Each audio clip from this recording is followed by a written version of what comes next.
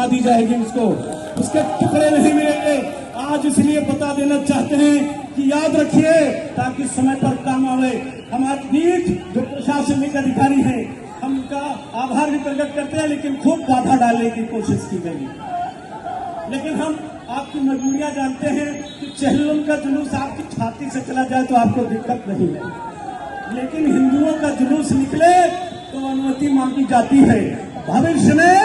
भविष्य में आज घोषणा कर रहा हूं, कान खोलकर सुनिए, 1 लाख कारसेवकों को अगर नवंबर तक इन बांग्लादेश के आतताइयों को भगाया नहीं गया तो 1 लाख कारसेवकों को अयोध्या में इकट्ठा करेंगे। हम आपसे अनुमति की भीख अब नहीं मांगेंगे, आपने हमारा सम्मान नहीं रखा है, हम फिर भी रख रहे हैं। 1 लाख कारसेवकों को बुलाएंगे अयोध्या की भूमि पर, और यहाँ जो भी रोहिंग्या मिलेंगे उनकी सब्जी और दाल भात बनाने में देर नहीं लगेगी। इसलिए आज से ही इस बात का ध्यान रखा जाए, उन्हें हटाया जाए। पूरा बृहस्पतिवार के दिन जाम लगता है, किसकी अनुमति मिलती है? कौन अनुमति देता है? बीफा बाजार लगती है यही गुलाबबाड़ी मैदान में, वो हमारे खेल का स्थान था, वहाँ रोहिंग्या दुकान लगाते हैं 70%। हम भाई कोतवाल साहब से, सिटी मजिस्ट्रेट साहब से, सीओ साहब से निवेदन करते हैं कि इस काम को रोकिए। ये सब रोहिंग्या मुसलमान हैं, इनको यहाँ से हटाइए। हम हटाएंगे तो आपको भी तकलीफ होगी, शासन प्रशासन को भी तकलीफ होगी। इसलिए आज हम केवल चेतावनी और समस्या का समाधान बताने और ढूंढने निकले हैं। इसके बाद हम आपसे कुछ नहीं निकलेंगे। हमारे हाथों में इतनी कोई चूड़ियां नहीं, इतने हम कमजोर नहीं है। हिंदुस्तान जाग चुका है। मैं उत्तर प्रदेश के गांव में जाऊंगा, एक हिंदू के पास जाऊंगा, उन्हें जगाऊंगा, भारत को फिर से हिंदू राष्ट्र बनाने के लिए मुहिम चलाऊंगा। जिस तरह 6 दिसंबर 92 तमाम का पूरा देश सहमत है। और मैंने बहुत से पुलिस वालों से भी बात की, उन्होंने कहा भैया आपका काम बहुत अच्छा है, पर मेरी मजबूरी है।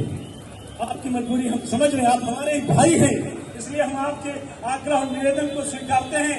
और इस निवेदन के साथ कि भविष्य में 1 लाख लोगों को इकट्ठा करूंगा, उनसे ही इस देश के रोहिंग्याओं को खदेड़वाऊंगा। इसलिए आज से इस काम में आप लग जाइए, रोहिंग्या को भगाइए, देश को बचाइए, अपनी नौकरी, दुकान, मकान, खेत, खलिहान सब बचाइए। हम अपनी बहन श्वेता राज सिंह से निवेदन करते हैं, मैं बहन श्वेता राज सिंह से निवेदन करता हूं कि वो अपने विचारों को रखें। हम सभी अपने अपने विचारों को क्रम से रखेंगे। भाई श्वेता राज सिंह।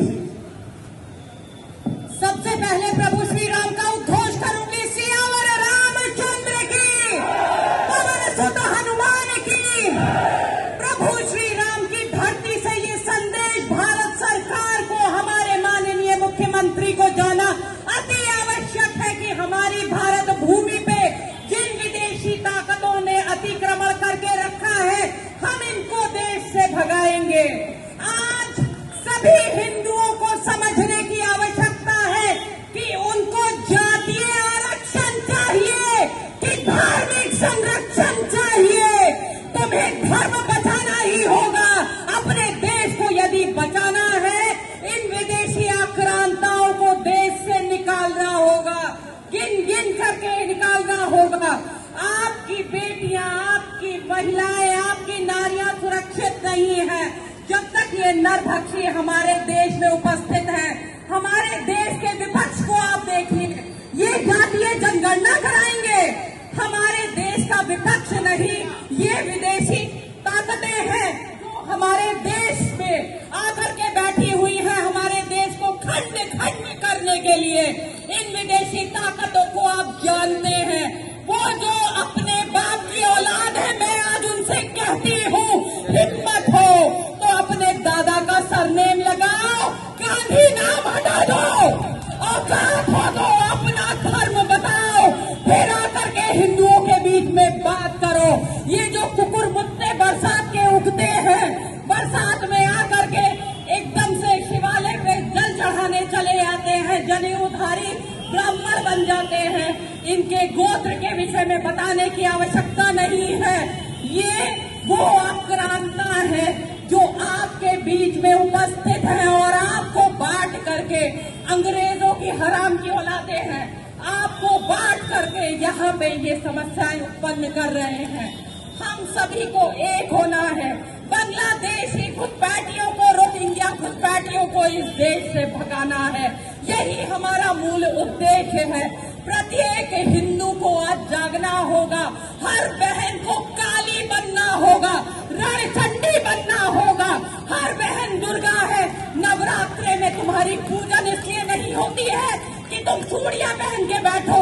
पूजन तुम्हारा इसलिए होता है कि शस्त्रधारी बनो, शस्त्र धारण करो। और सभी से निवेदन है कि आज अपने आसपास सभी हिंदुओं को जागृत करिए। हम इस आंदोलन को तब तक चलाएंगे जब तक भारत भूमि से एक एक रोहिंग्या और बांग्लादेशी भगा नहीं दिया जाएगा।